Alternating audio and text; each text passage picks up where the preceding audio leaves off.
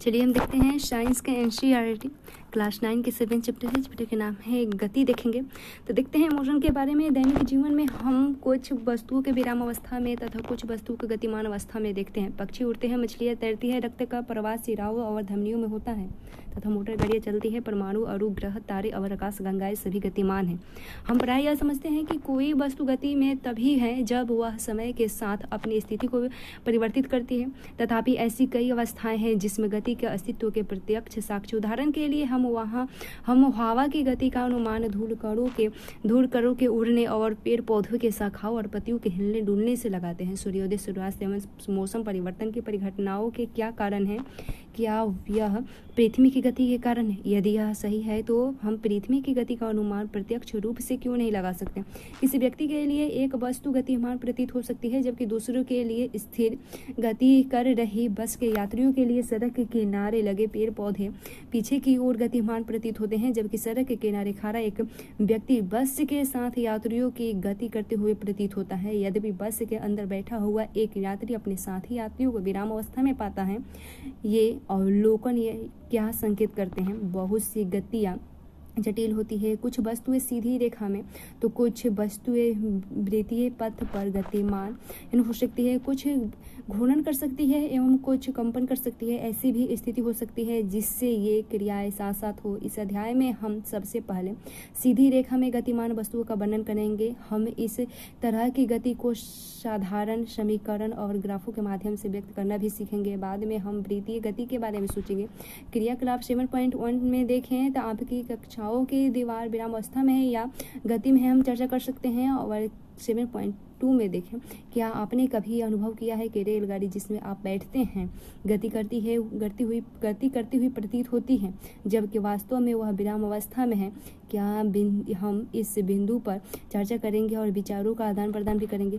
सोचें एवं करें। देखें, हम कभी कभी अपने आसपास की वस्तुओं की गति के कारण खतरे में घिर जाते हैं, विशेषतः यदि वह गति अनिश्चित और अनियंत्रित हो, जैसे बाढ़ वाली नदी, तूफान या सुनामी को देखा गया।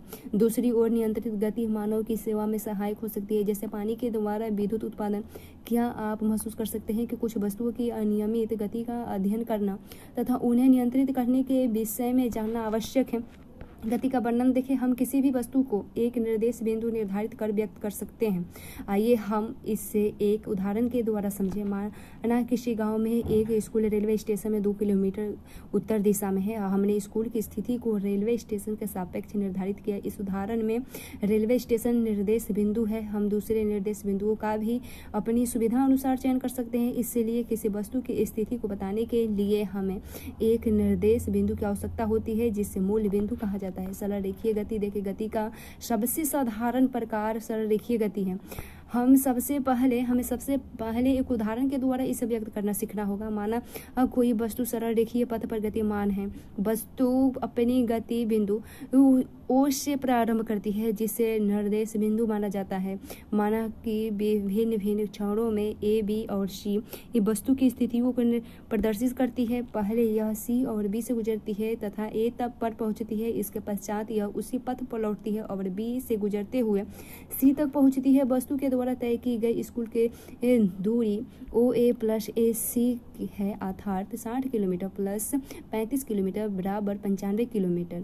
यह वस्तु के द्वारा तय की गई दूरी है और किसी वस्तु की दूरी को निर्धारित करने के लिए हमें केवल अंकीय मान ही की आवश्यकता है, न कि गति की दिशा की। कुछ ऐसी ही राशियाँ होती है जिसने केवल उन्हें अंकीय मान द्वारा व्यक्त किया जा सकता है। किसी भौतिक राशि का अंकीय मान उसका परिणाम है। इस उदाहरण के द्वारा क्या आप वस्तु के प्रारंभिक स्थिति O से उसकी अंतिम स्थिति C तक की दूरी ज्ञात कर सकते हैं? यह दूरी आपको A से गुजरते हुए O से C तक के विस्थापन का अंकीय मान देगा। अब वस्तु की प्रारंभिक और अंतिम स्थिति के बीच की न्यूनतम दूरी को वस्तु के विस्थापन कहते हैं। क्या विस्थापन का परिणाम वस्तु के द्वारा तय की गई दूरी के बराबर हो सकती है?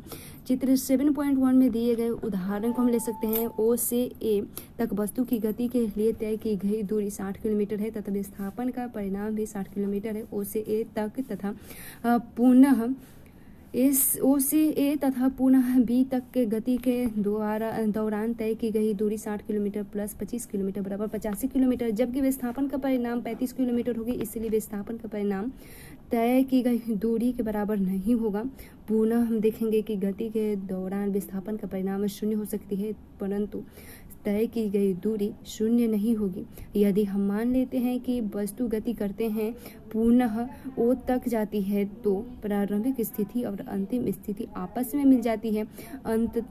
अतः विस्थापन शून्य है। यद्यपि इस यात्रा में तय की गई दूरी ओ ए प्लस ए ओ बराबर 60 किलोमीटर प्लस 60 किलोमीटर बराबर 120 किलोमीटर है। इस प्रकार दो विभिन्न भौतिक राशियों दूरी एवं विस्थापन का प्रयोग वस्तु की पूरी गति प्रक्रिया को व्यक्त करने में तथा दिए गए समय में वस्तु की प्रारंभिक स्थिति के सापेक्ष अंतिम स्थिति ज्ञात करने में किया जाता है। क्रियाकलाप 7.3 देखें। 1 मीटर स्केल ओवर एक लंबी रस्सी लीजिए। बास्केटबॉल कोर्ट के एक कोने में दूसरे कोने तक उसके किनारे में होते हुए जाए और अपने द्वारा तय की गई दूरी के विस्थापन के परिणाम को मापे।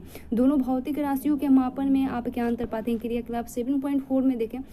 स्वचालित वाहनों में एक यंत्र लगा होता है जो उसके द्वारा तय की गई दूरी को प्रदर्शित करती है। इस यंत्र को ओडोमीटर कहते हैं। एक कार को भुवनेश्वर से नई दिल्ली ले जाया जाता है और ऑडोमीटर के अंतिम पाठ्यांक और आरंभिक पाठ्यांकों के बीच के अंतर 1850 किलोमीटर है। भारत के सड़क मानचित्र की सहायता से भुवनेश्वर तथा नई दिल्ली के बीच के विस्थापन के परिणाम को ज्ञात करें। प्रश्न देखें। एक वस्तु के द्वारा कुछ दूरी तय की गई, क्या इसका विस्थापन शून्य हो सकती है? अगर हाँ, तो आपने अपने उत्तर को उदाहरण के द्वारा समझाइए। दूसरा है, एक किसान 10 मीटर की भुजा वाले एक वर्गाकार खेल की सीमा पर 40 सेकंड में चक्कर लगाता है। 2 मिनट 20 सेकंड के बाद किसान के विस्थापन का परिणाम क्या होगा? तीसरा देखिए, विस्थापन के लिए निम्न में से कौन सी सही है? यह शून्य नहीं हो सकती। इसी का परिणाम वस्तु के द्वारा तय की गई दूरी के अधिक है। एक समान गति है और असमान गति देखें। माना कि एक वस्तु एक सीधी रेखा पर चल रही है। माना पहले 1 सेकंड में यह 50 मीटर, दूसरे सेकंड में 50 मीटर, तीसरे सेकंड में 50 मीटर तथा चौथे सेकंड में 50 मीटर दूरी तय करती है। इस स्थिति में वस्तु प्रत्येक सेकंड में 50 मीटर की दूरी तय करती है। क्योंकि वस्तु समान समयांतराल में सामान्य दूरी तय करती है, तो उसकी गति को एक समान गति करते हैं। इस तरह की गति में समयांतराल छोटा होना चाहिए। हम दैनिक जीवन में कई बार देखते हैं कि वस्तु के द्वारा समानांतराल में असमान दूरी ही तय की जाती है। उदाहरण के लिए, भीड़ वाली सड़क पर जा रही कार या पार्क में दौड़ रहा एक व्यक्ति। ये असामान्य गति के कुछ उदाहरण क्रियाकलाप 7.5 देखें। दो वस्तुएं ए और बी की गति से संबंधित आकारों के सारणी 7.1 में दिए गए हैं और ध्यान से देखिए कि बताएं कि वस्तुओं की गति एक समान है या असमान है। वस्तु ए के द्वारा तय की गई दूरी के मीटर है और वस्तु बी के द्वारा तय की गई दूरी के मीटर है। जैसे समय है 9:30 बजे ए ने 10 मीटर तय की। बी ने वस्तु ए के द्वारा तय की गई दूरी मीटर है 10 है, बी के द्वारा तय की गई दूरी मीटर 12 है। ऐसे ही समय के हिसाब से निर्धारित की गई है। उसके बाद गति की दर की मापन हम देखें तो चित्र 7.2 में ये है। 7.2 में दी गई स्थिति को देखें और 7.2 के ए में यदि गेंद की गति 143 किलोमीटर प्रति घंटा है, तो इसका क्या अर्थ है? चित्र 7.2 के बी में दिए गए शाहीन वोड में से आप क्या समझते हैं?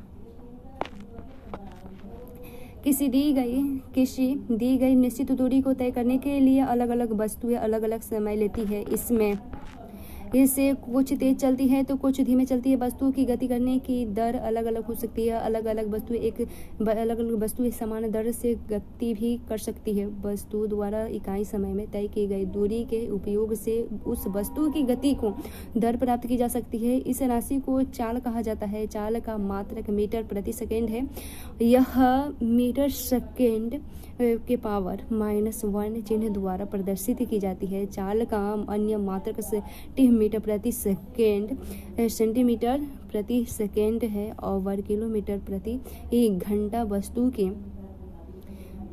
वस्तु की गति को व्यक्त करने के लिए हमें केवल उसके परिणामों की आवश्यकता होती है। यह आवश्यक नहीं है कि वस्तु की गति नियत हो। अधिकतर अवस्थाओं में वस्तु एक असमान गति में है, इसलिए हम उन वस्तुओं की गति की दर को उनकी औसत चाल के रूप में व्यक्त करते हैं। वस्तु की औसत चाल उसके द्वारा तय की गई कुल दूरी को कुल समयावधि से भाग देकर प्राप्त किया जा सकता है। जैसे औसत चाल बराबर तय की गई दूरी, तय की गई कुल दूरी ही बटे कुल समयावधि है। यदि एक वस्तु टी ही समय में और इस दूरी ही तय करती है तो इसकी चाल भी बराबर एस बटे टी होगा। और आइए इस उदाहरण के द्वारा हम समझे। और एक कार 2 घंटे में 100 किलोमीटर की दूरी तय करती है। इसकी औसत चाल 50 किलोमीटर प्रति घंटा है। कार पूरे समय 50 किलोमीटर प्रति घंटा के चाल से चलती रहती होगी और कुछ समय यह इससे अधिक हो, कुछ समय इससे कम चाल हो सकती है। उदाहरण के लिए एक वस्तु 16 किलोमीटर की दूरी 4 सेकेंड में तय करती है तथा पुनः 16 मिनट की दूरी 16 मीटर की दूरी 2 सेकेंड में तय करती है। वस्तु की औसत चाल क्या होगी? हल बराबर देखें। वस्तु के द्वारा तय की गई कुल दूरी 16 मीटर प्लस 16 मीटर बराबर 32 मीटर होगा। दिया गया कुल समय है बराबर 40 सेकेंड। 2 + 2 सेकेंड बराबर 6 सेकेंड होगा। उसके बाद चाल औसत देखें। और चाल औसत बराबर तय की गई कुल दूरी ही बटे लिया गया समय 32 मीटर बटे 6 सेकेंड बराबर 5.33 मीटर प्रति सेकेंड होगा। इसलिए वस्तु की औसत चाल 5.33 मीटर प्रति सेकेंड होगा। दिशा के साथ चाल देखें। किसी वस्तु की गति ही की दर और भी अधिक व्यापक हो सकती है अगर हम उसकी चाल के साथ साथ दिशा को भी व्यक्त करें। वह राशि जो एक दोनों पक्षों को व्यक्त करती है उसे वेग कहा जाता है। अतः एक निश्चित दिशा में चाल को वेग कहते हैं। किसी वस्तु का वेग समान असमान हो सकता है। यह वस्तु की चाल, गति की दिशा या दोनों के परिवर्तन के साथ परिवर्तित हो सकती है। जब एक वस्तु सीधी रेखा में बदलती हुई चाल के साथ गति कर रही है तो हम उसकी गति की दर के परिणाम को औसत वेग के द्वारा व्यक्त कर सकते हैं। इसकी गणना औसत चाल की गणना के समान ही होती है। यदि वस्तु का वेग समान रूप से परिवर्तित हो रहा है तब दिए गए प्रारंभिक वेग और अंतिम वेग के अंकगणित माध्यम के द्वारा औसत वेग प्राप्त किया जा सकता है। जैसे औसत वेग बराबर प्रारंभिक वेग प्लस अंतिम वेग बटे 2 होगा, जहाँ v औसत वेग यू प्रारंभ वेग है और तथा v वस्तु का अंतिम वेग है।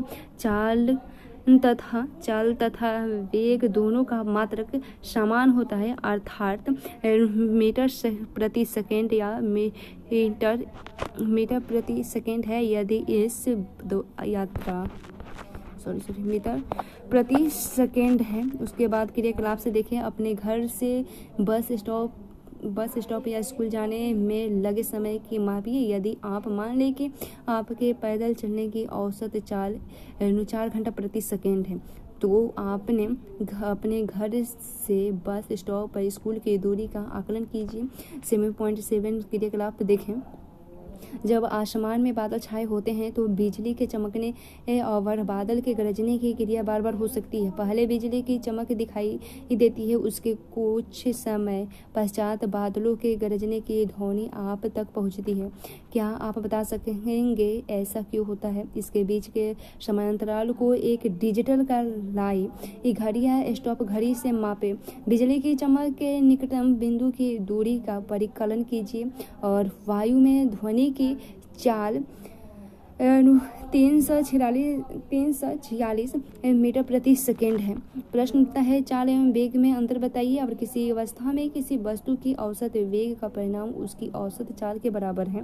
तीसरा है, एक गाड़ी का ऑटोमीटर क्या मापता है। चौथा है कि जब वस्तु एक समान गति में होती है तब इसका मार्ग कैसा दिखाई देता है। पांचवा है, एक प्रयोग के द्वारा अंतरिक्षयान से एक सिग्नल को पृथ्वी पर पहुंचने में 5 मिनट का समय लगता है। पृथ्वी पर स्थित स्टेशन से उस अंतरिक्षयान की दूरी क्या है। उदाहरण देखें, यात्रा जैसे चित्र में 7.2 की यात्रा शुरू करते समय कार का ऑटोमीटर 200 किलोमीटर प्रदर्शित करती है और यात्रा समाप्ति पर 2400 किलोमीटर प्रदर्शित करती है। यदि इस यात्रा में 8 घंटा लगते हैं तो कार की औसत चाल को किलोमीटर प्रति घंटा और मीटर प्रति सेकेंड में ज्ञात करें। इसको हल करने के लिए यहाँ पर दिया गया है और उसके बाद फिर उदाहरण हम देखें तो 7.3 के हिसाब से उदाहरण देखें तो ऊष्मा 90 मीटर लंबे तालाब में तैरती है। जब एक सिरे से दूसरे सिरे तक सरल रेखीय पथ पर जाती है वह वापस आती है। इस दौरान वह कुल 180 मीटर की दूरी 1 मिनट में तय करती है। ऊष्मा की औसत चाल और औसत वेग को ज्ञात कीजिए। हल द्वारा भी इसको समझाया गया है। औसम द्वारा 1 मीटर में तय की गई कुल दूरी 180 मिनट, 1 मिनट में ऊष्मा का विस्थापन बराबर 0 मिनट, औसत चाल बराबर तय की गई कुल दूरी बटे लिया गया कुल समय। हल कर सकते हैं। फिर वेग में परिवर्तन की दर देखें। वेग में परिवर्तन देखते हैं, किसी वस्तु की एक समान सरल रेखीय गति के दौरान समय के साथ वेग नियत रहता है। इस अवस्था में किसी भी समय अंतराल में वस्तु के वेग में परिवर्तित शून्य है। यद्यपि असमान गति में वेग समय के साथ परिवर्तित होता है। इसका मान विभिन्न समयों पर एवं विभिन्न बिंदुओं पर भिन्न भिन्न होती है। इस प्रकार किसी भी समय अंतराल पर वस्तु के वेग में परिवर्तित शून्य नहीं होती है। क्या अब हम वस्तु के वेग में परिवर्तित को व्यक्त कर सकते हैं। इस तरह के प्रश्नों का उत्तर देने के लिए हमें एक अन्य भौतिक राशि त्वरण के बारे में जानना होगा जो कि एक वस्तु के प्रति इकाई समय में वेग परिवर्तन की माप है। अर्थात त्वरण बराबर वेग के परिवर्तन बटे लिया गया समय। यदि एक वस्तु का वेग प्रारंभिक वेग u से t समय में बदलकर v हो जाता है तो त्वरण निम्न होता है। इस तरह की गति को त्वरित गति कहा जाता है। यदि त्वरण वेग की दिशा में है तो इसे धनात्मक लिया जाता है तथा यद्यपि यह वेग के विपरीत दिशा में है तो उसे ऋणात्मक लिया जाता है। त्वरण का मात्रक मीटर प्रति सेकेंड स्क्वायर है -स्क्वायर है। यदि एक वस्तु सीधी रेखा में चलती है और इसका वेग समान समय अंतराल में समान रूप से घटता या बढ़ता है तो वस्तु के त्वरण को एक समान त्वरण कहा जाता है। स्वतंत्र रूप से गिरी रही एक वस्तु की गति एक समान त्वरित गति का उदाहरण है। दूसरी ओर एक वस्तु असमान त्वरण से चल सकती है यदि उसका वेग असमान रूप से बदलता है। उदाहरण के लिए यदि एक कार सीधी सड़क पर चलते हुए समान समय अंतराल में असमान दर से चाल को परिवर्तित करती है तब कहा जा सकता है कि कार का असमान त्वरण के साथ गतिमान है। क्रियाकलाप 7.8 देखें। आप दैनिक जीवन में बहुत प्रकार की गतियों को देखते हैं जिसमें प्रमुख है गति की दिशा में त्वरण। गति की दिशा में विरुद्ध एक समान त्वरण है तथा असमान त्वरण। क्या आप ऊपर दिए गए प्रकार की गति के लिए एक उदाहरण दे सकते। उदाहरण के लिए देखिए, विराम अवस्था से राहुल अपनी साइकिल की चलना शुरू करता है। अब हर 30 सेकेंड में 6 मिनट प्रति सेकेंड का वेग प्राप्त करता है। वह इस प्रकार से ब्रेक लगाता है कि साइकिल का वेग अगले 5 सेकेंड में कम होकर 4 मिनट प्रति सेकेंड हो जाती है। दोनों स्थितियों में साइकिल की त्वरण की गणना करें जिसे हम हल के माध्यम से देख सकते हैं। पहली स्थिति में वेग प्रारंभिक वेग बराबर 0, अंतिम वेग 6 मिनट प्रति सेकेंड, समय समय 30 सेकेंड। समीकरण 8.3 से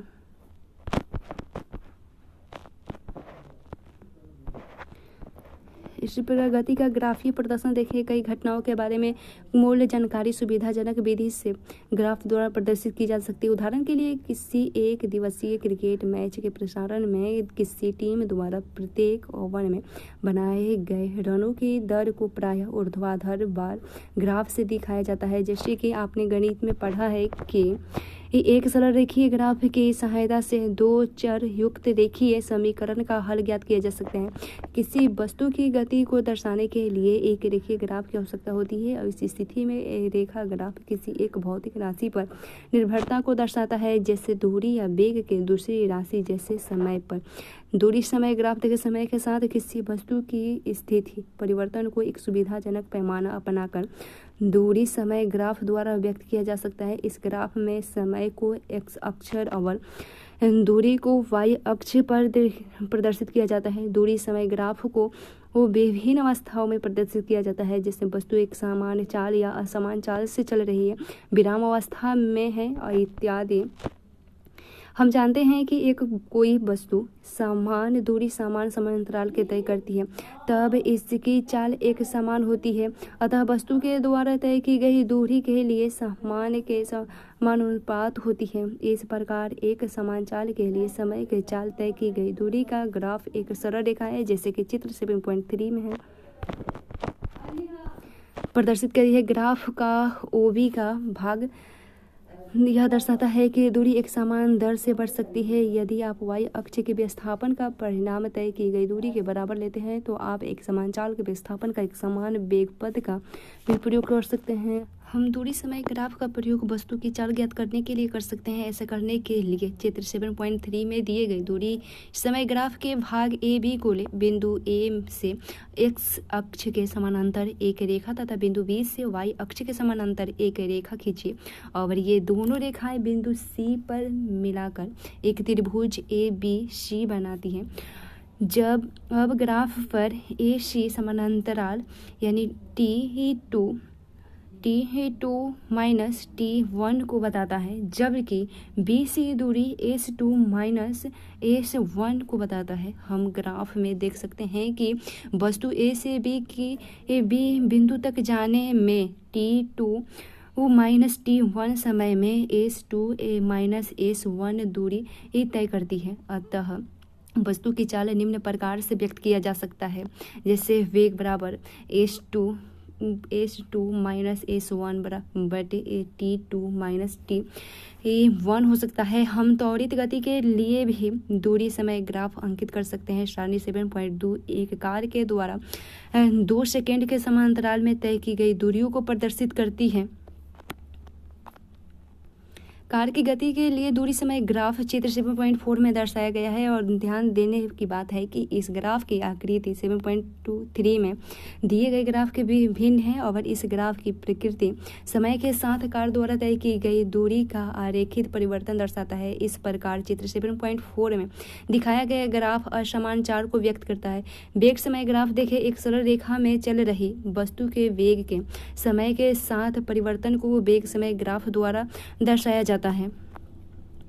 इस ग्राफ में समय को एस अक्ष पर, वेग को वाई अक्ष पर दर्शाया जाता है। यदि वस्तु एक समान वेग से गतिमान है तो समय के साथ वेग समय ग्राफ की ऊंचाई में कोई परिवर्तन नहीं होती है। जैसे चित्र 7.5 में दिया गया है, यह एस अक्ष के समानांतर एक सीधी रेखा है। चित्र 7.5 में एक कार को जो 40 किलोमीटर प्रति सेकेंड के एक समान वेग की गति कर रही है के वेग समय ग्राफ को दर्शाया जाता है। हम जानते हैं कि एक समान वेग से चल रही किसी वस्तु के वेग एक समय के गुणनफल से विस्थापन प्राप्त किया जाता है। वेग समय ग्राफ तथा समय अक्ष के द्वारा घेरा गया क्षेत्र विस्थापन के परिणाम के बराबर होता है। चित्र 7.5 7.5 में t1/t2 समय के बीच कार द्वारा तय की गई दूरी को ज्ञात करने के लिए समय t1/t2 के संगत बिंदुओं के ग्राफ पर लंब खींचे। अवश्य 40 किलोमीटर प्रति घंटा के वेग की ऊंचाई AC/BD और समय t2-t1 को लंबाई AB से प्रदर्शित किया जाता है। इसलिए समय t2-t1 के कार द्वारा तय की गई दूरी को इस प्रकार व्यक्त किया जा सकता है जैसे S बराबर AC/CD बराबर 40 किलोमीटर प्रति घंटा t2-t1 प्रति सेकेंड 40 बराबर स्क्वायर t2-t1 किलोमीटर। चतुर्भुज ABCD का ABDC का क्षेत्रफल है और वेग समय ग्राफ के द्वारा हम एक समान रूप के त्वरित गति का अध्ययन भी कर सकते हैं। मान लें कि एक कार के इंजन को जांचने के लिए सीधे मार्ग पर चलाया जाता है। माना कि चालक के समय में बैठा एक व्यक्ति प्रत्येक 5 सेकेंड के बाद कार के स्पीड मोटर का पाठ्यांक लेता है और कार का वेग विभिन्न समयों पर मीटर प्रति सेकेंड और किलोमीटर प्रति घंटा के सारणी 7.3 में प्रदर्शित किया गया है। इस स्थिति में कार की गति के लिए समय वेग ग्राफ चित्र 7.6 की प्रदर्शित किया गया। ग्राफ की प्रकृति यह बताती है कि समान समय अंतराल में वेग के परिवर्तन समान रूप से होता है। इस प्रकार सभी एक समान त्वरित गतियों के लिए वेग समय ग्राफ सीधी रेखा है। आप कार के द्वारा तय की गई दूरी को वेग समय ग्राफ द्वारा प्राप्त कर सकते हैं। वेग समय ग्राफ का क्षेत्रफल दिए गए समांतराल में कार द्वारा तय की गई दूरी विस्थापन के परिणाम को बताता है। यदि कार एक समान से वेग करती है तो ग्राफ में दर्शाए गए क्षेत्र ABCD द्वारा तय की गई दूरी को दर्शाया जाता है। और चूंकि कार के वेग का परिणाम त्वरण के कारण परिवर्तित हो रहा है, अतः कार के द्वारा तय की गई दूरी इस वेग समय एक ग्राफ में प्रदर्शित क्षेत्र ABCDE द्वारा व्यक्त की जाएगी। असमान त्वरित गति की स्थिति में वेग समय ग्राफ किसी भी आकृति को हो सकता है। जैसे 7.7a के में दर्शाया गया वेग समय ग्राफ को दर्शाता है जो एक वस्तु के गति को प्रदर्शित करती है जिसका वेग समय के साथ घटता है, जबकि चित्र 7.7b में किसी वस्तु के वेग में एक असमान परिवर्तन को वेग समय ग्राफ द्वारा दर्शाया गया है। क्रियाकलाप से देखें, एक ट्रेन के 3 विभिन्न स्टेशनों A, B और C पर आगमन और प्रस्थान करने के समय और स्टेशन A और स्टेशन B और C की दूरी 7.4 में दी गई है। मान लें कि किन्हीं 2 स्टेशनों के बीच की ट्रेन की गति एक समान है और इस आधार पर वेग समय ग्राफ खींचे तथा इसकी व्याख्या करें। फिर 7.10 में क्रियाकलाप से देखें, फिरोज और उसकी बहन सनिया इसके साइकिलों से स्कूल जाते हैं और वे दोनों घर से एक ही समय प्रस्थान करते हैं, एक ही मार्ग से चलते हैं, फिर भी अलग अलग समय में स्कूल पहुंचते हैं। सारणी 7.5 उन दोनों के द्वारा अलग अलग समय में तय की गई दूरी को दर्शाती है और उन दोनों की गति के लिए एक ही पैमाने पर दूरी समय ग्राफ खींचने का व्याख्या करें। प्रश्न उठता है कि किसी वस्तु के एक समान और असमान गति के लिए समय दूरी ग्राफ की प्रकृति क्या होगी और किसी वस्तु की गति के विषय में आप क्या कह सकते हैं जिसका दूरी समय ग्राफ समय अक्ष के समानांतर पर एक सरल रेखा है, और किसी वस्तु की गति के विषय में आप क्या कह सकते हैं जिसका चाल समय ग्राफ समय अक्ष के समानांतर एक समान रेखा है। और चौथा है वेग समय ग्राफ के नीचे के क्षेत्र में मापी गई राशि क्या होगी। गति के समीकरण देखें, कोई वस्तु सीधी रेखा में एक समान त्वरण से चलती है तो एक निश्चित समयांतराल में समीकरणों के द्वारा उसके वेग गति के दौरान त्वरण और उसके द्वारा तय की गई दूरी में संबंध स्थापित करना संभव है, जिन्हें गति के समीकरण के नाम से जाना जाता है। सुविधा के लिए इस प्रकार के 3 समीकरणों का एक ही समुच्चय निम्नलिखित है, जहाँ u वस्तु का प्रारंभिक वेग है जो कि t समय के लिए एक समान त्वरण ए से चलती है, बी अंतिम वेग है तथा टी समय से में वस्तु के द्वारा तय की गई दूरी एस है। समीकरण जैसे चित्र 7.5 में वेग एक समय में संबंध व्यक्त करती है तथा समीकरण 7.6 समय और स्थिति के बीच संबंध व्यक्त करती है। समीकरण 7.7 जो कि वेग एवं स्थिति के बीच संबंध व्यक्त करती है, जिसे समीकरण 7.5 एवं 7.6 में से टी को विलुप्त कर प्राप्त किया जा सकता है। इन तीनों समीकरणों को ग्राफीय विधि से भी प्राप्त किया जा सकता है। उदाहरण के तौर पर देखें, एक रेलगाड़ी विराम अवस्था में चलता हुआ प्रारंभ करता है और 5 मिनट में 72 किलोमीटर प्रति सेकंड का वेग प्राप्त करता है। मान लें कि त्वरण एक समान है। परिकलन कीजिए त्वरण और इस वेग को प्राप्त करने के लिए रेलगाड़ी द्वारा तय की गई कुल दूरी को हम हल कर सकते हैं।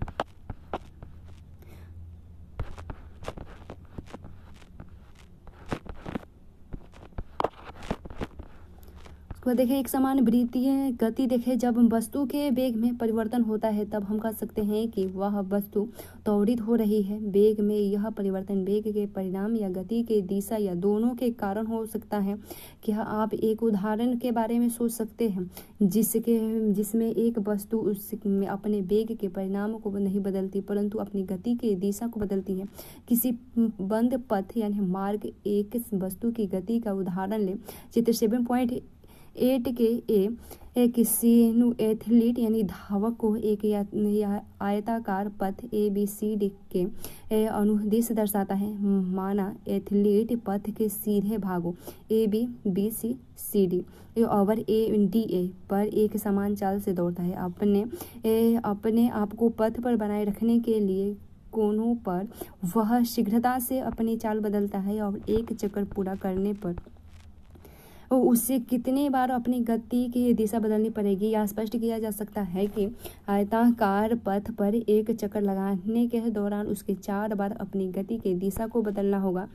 अब मान लें कि एथलीट आयताकार पथ के स्थान पर षटकोणीय पथ ABCDEF के अनुदिश दौड़ता रहता है, जैसे कि चित्र 7.8 के बी की प्रदर्शित है। और इस स्थिति में एथलीट को एक चक्कर पूरा करने में 6 बार अपनी दिशा को बदलना होगा। यदि पथ षटभुजाकार न होकर सम अष्टभुजाकार पथ ABCDEFGHI हो, जैसे चित्र 7.8C को है, तो क्या होगा। और यह देखा गया है कि पथ की भुजाओं की संख्या में वृद्धि के साथ ही एथलीट को अपने मोड़ने की संख्या में वृद्धि करनी पड़ती है। अगर हम निश्चित रूप से पथ की भुजाओं की संख्या बढ़ाएं तो उन भुजाओं का आकार कैसा होगा। यदि आप ऐसा करते हैं तो आप पाएंगे कि सभी भुजाओं की लंबाई घटकर एक बिंदु के समान हो जाएगी और पथ का आकार लगभग वृत्त के समान हो जाता है।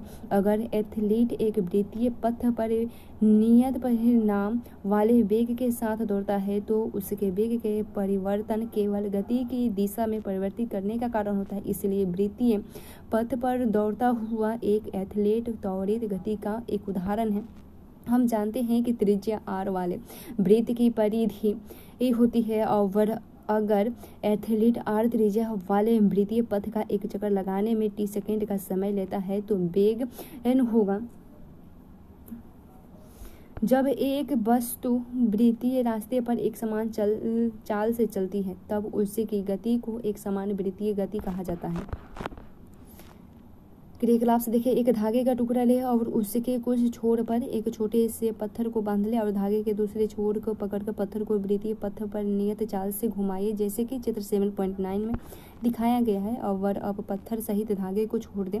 क्या आप बता सकते हैं कि धागा छोड़ने के बाद पत्थर किस दिशा में जाएगा। इस क्रिया को बार बार दोहराएं और वृत्तीय पथ के अलग अलग जगहों से पत्थर को छोड़े और यह देखिए कि पत्थर की गति करने की दिशा समान है या नहीं। ध्यानपूर्वक देखने पर आप पाएंगे कि पत्थर वृत्तीय पथ के स्पर्श रेखीय सीधी रेखा के साथ गति करता है। ऐसा इसलिए क्योंकि जब पत्थर को छोड़ा जाता है तो वह उसी दिशा में गति जारी रखता है जिस दिशा में वह उस क्षण वह गति कर रहा होता है। उससे पता चलता है कि जब किसी पत्थर को वृत्तीय पथ पर घुमाया जाता है तो उसकी गति की दिशा प्रत्येक बिंदु पर परिवर्तित होती है। जब कोई एथलीट खेल प्रतियोगिता में एक चक्र या गोले का फेंकता है तो वह उसे अपने हाथ में पकड़ता है तथा अपने शरीर को घुमाते हुए उसे वृत्तीय गति प्रदान करता है। अक्षैतिज दिशा में एक बार छूटने के बाद गोला या चक्र उसी दिशा में गति करता है जिस दिशा में वह छोड़ते समय गति कर रहा होता है। यह ठीक उसी प्रकार है जिस प्रकार उक्त क्रियाकलाप में पत्थर के लिए वर्णित है। वस्तुओं की एक समान वृत्तीय गति के बहुत से चिर परिचित उदाहरण है, जैसे चंद्रमा और पृथ्वी की गति। पृथ्वी के चारों ओर वृत्तीय कक्षाओं में घूर्णन करता हुआ एक उपग्रह, वृत्तीय पथ पर नियत चाल से चलता हुआ साइकिल सवार इत्यादि। हमने अभी तक क्या सीखा? स्थिति में परिवर्तन एक गति है। इसकी व्याख्या तय की गई दूरी या विस्थापन के रूप में किया जा सकता है। और उसके बाद एक वस्तु की गति का असमान होना उस वस्तु के वेग पर निर्भर करता है जो कि नियत या बदल रहा होता है। उसके बाद प्रति इकाई समय में वस्तु के द्वारा तय की गई दूरी उसकी चाल है और प्रति इकाई समय में हुआ विस्थापन उसका वेग है। उसके बाद किसी वस्तु का त्वरण प्रति इकाई समय के उसके वेग में होने वाला परिवर्तन है। उसके बाद ग्राफों के द्वारा वस्तु की समान और असमान गति को दर्शाया जाता है। उसके बाद एक समान त्वरण से चल रही एक वस्तु की गति की व्याख्या निम्न समीकरण के माध्यम से किया जा सकता है। इस v बराबर u plus A T, S बराबर यू टी प्लस 1/2 2/2 एस बराबर v square minus you square, जहाँ u वस्तु का प्रारंभिक वेग है जो कि t समय के लिए एक समान त्वरण a से गति करती है। इसका अंतिम वेग v है और t समय में तय की गई दूरी s है। और समय कोई वस्तु वृत्तीय पथ पर एक समान चाल से चलती है तो उसकी गति को एक समान वृत्तीय गति कहा जा सकता है।